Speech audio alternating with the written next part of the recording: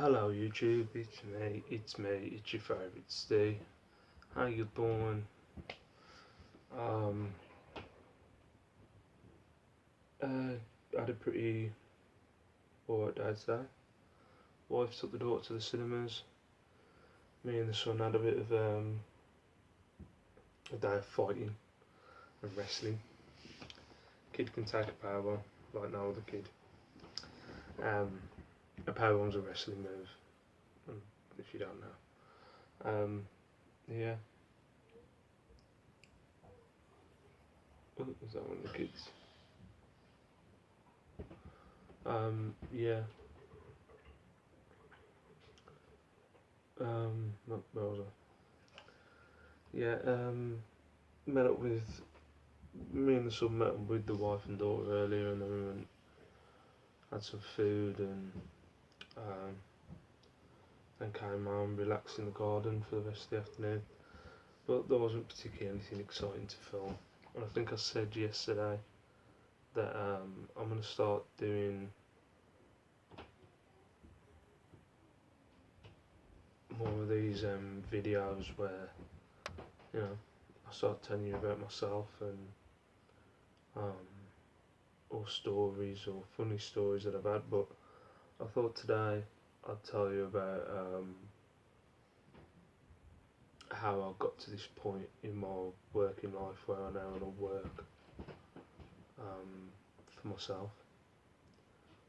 I think I've explained it in past videos, but I'm going to go more in depth about why I want to work for myself, why I'm not happy um, just doing a 9 to 5 job.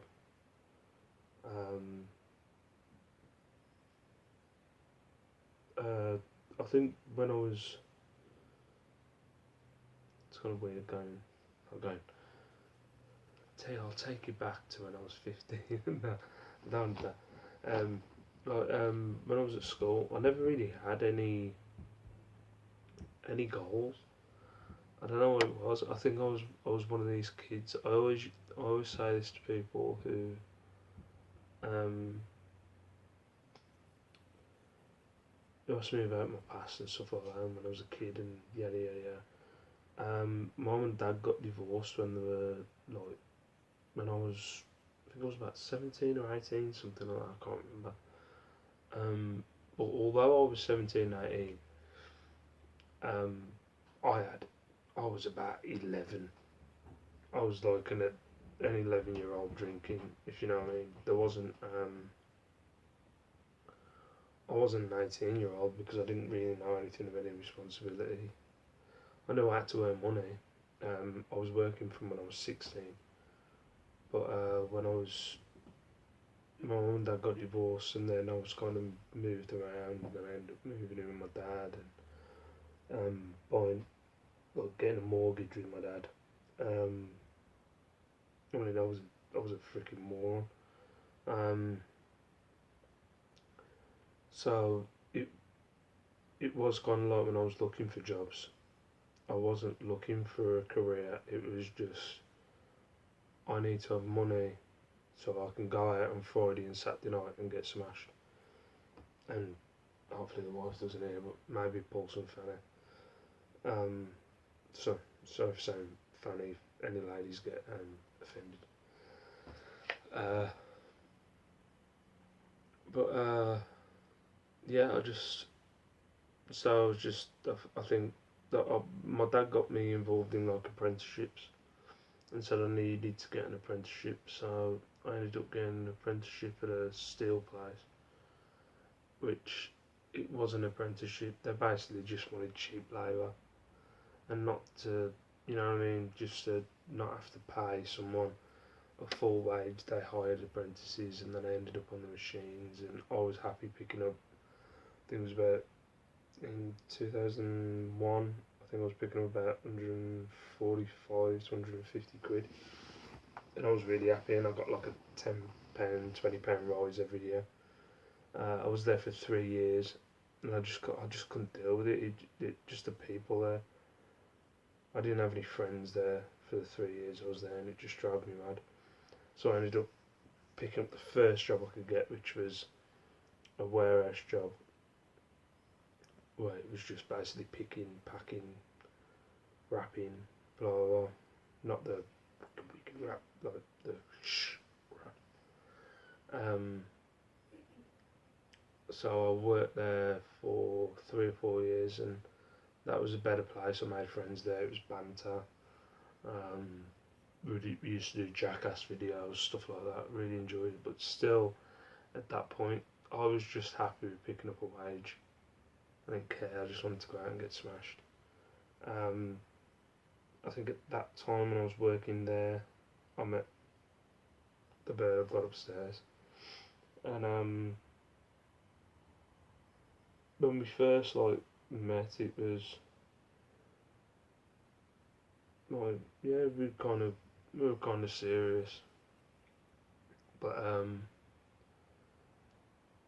I was I was still in that kind of attitude of getting smashed, um, and then kind of settled down. We ended up taking over this house that we live in now from my dad, as my dad moved on with his missus. But it was always kind of like a thing of at that point I needed a steady wage, and I got made redundant there. So I got made redundant there. I ended up doing a lot of temp work. I think I ended up getting a permanent job at a plastics place, but they only do like 12-hour days. And maybe now I probably do, but like back then I was just like, nah, fuck that, I ain't doing 12-hour days.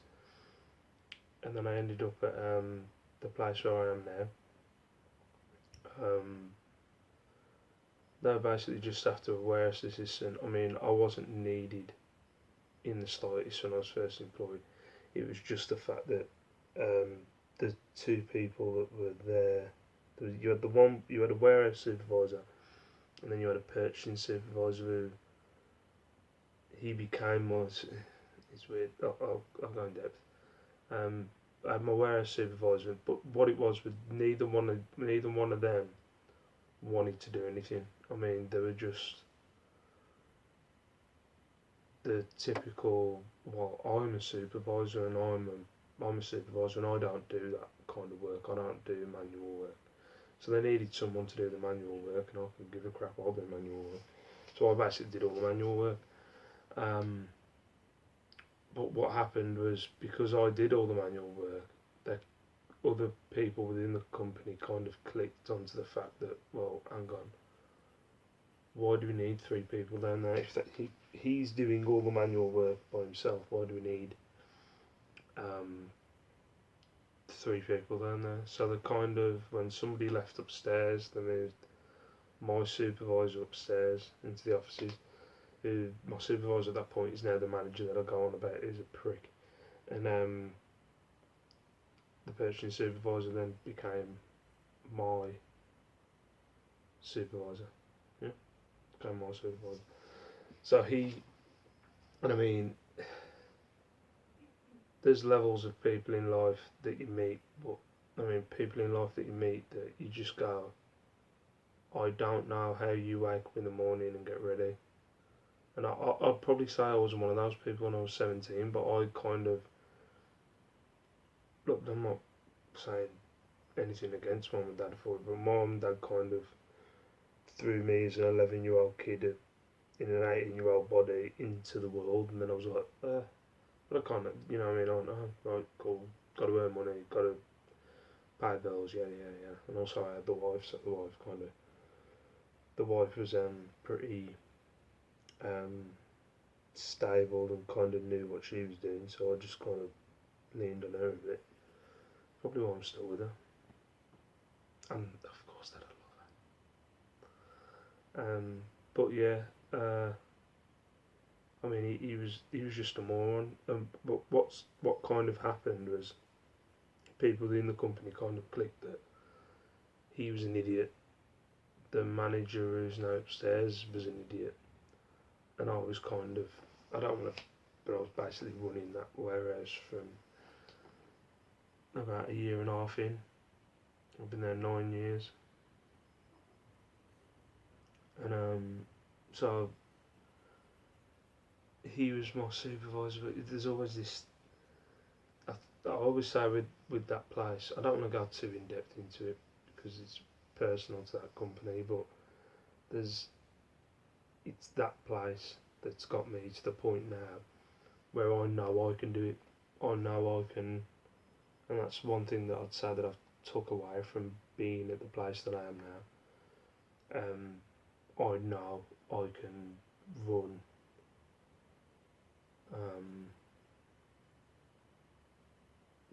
I'm not saying a company, but I can manage, and I can take something and mould it into what I need it to be. If you know what I mean. Because that's what I did with that warehouse. That warehouse that I work at now had no structure. I mean, it just didn't, and it was basically left to me. And you've seen Pete in the videos, or yeah, at the start of my daily vlogs, you saw Pete in the videos. It was down to me and him to kind of mould it into how we needed to run it, and how we needed to get it done. And then we had other people come in, and we, you know what I mean. And although you had the supervisor then, and I think that's always my problem with the place that I work at, is they never did anything about this supervisor. I mean, he didn't do anything, and this is no exaggeration. He was a fucking idiot, to be quite honest. But they left him there because they didn't want to get rid of him, and I think he was pretty good with the spreadsheet. And I think that was it. But he was the warehouse supervisor, and I used to say to people, like, well, if you're good at a spreadsheet, stick him upstairs. You know what I mean? Don't let me have to deal with him. The adult baby, as I used to call him.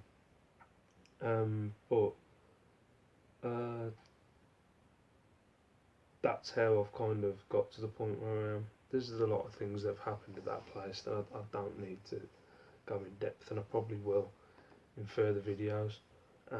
But that place has really taught me that I can take something. I mean, that warehouse holds about 300 grand's worth of stock, and I'm in control of what goes out, what comes in, keeping on top of what sells more than anything else.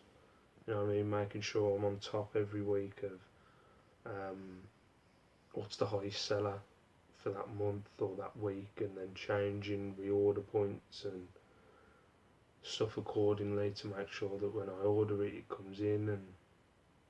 And you know what I mean, if something was big last week or last month and isn't big now, I then cut that down, and yada yada yada.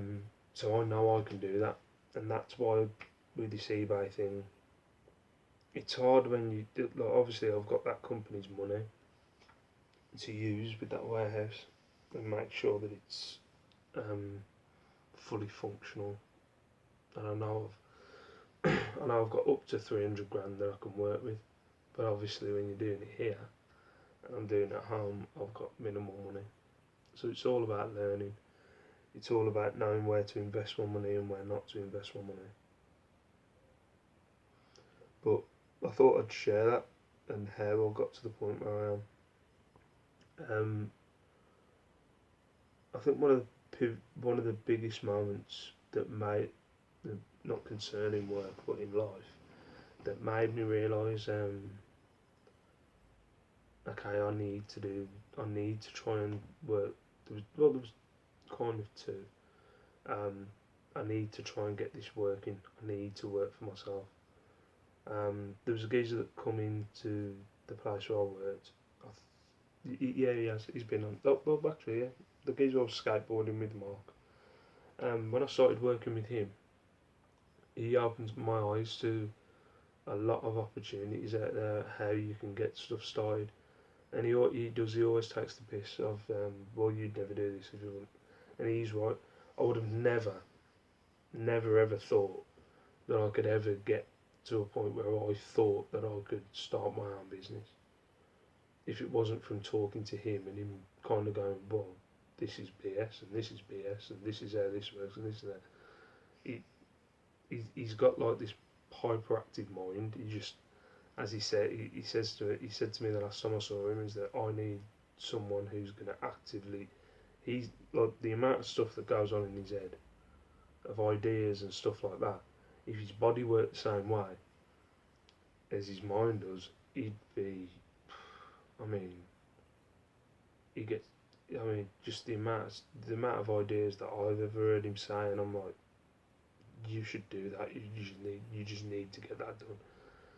But he's kind of. Well, I'm like it. You go to work and then you come home and you're like, I just want to sit and watch crap. I don't want to do this. I don't want to invest hours into getting my stuff done. But yeah, after meeting him and him giving me, it was ideas and stuff like that, and like you can make an online store doing this, and you can sell stuff on eBay. You can do this, you can do that, and blah blah. I was like, well, yeah, you're right. Well, why am I sitting here? Like he just went, well, I remember. I think it was him, or I've heard people say it is.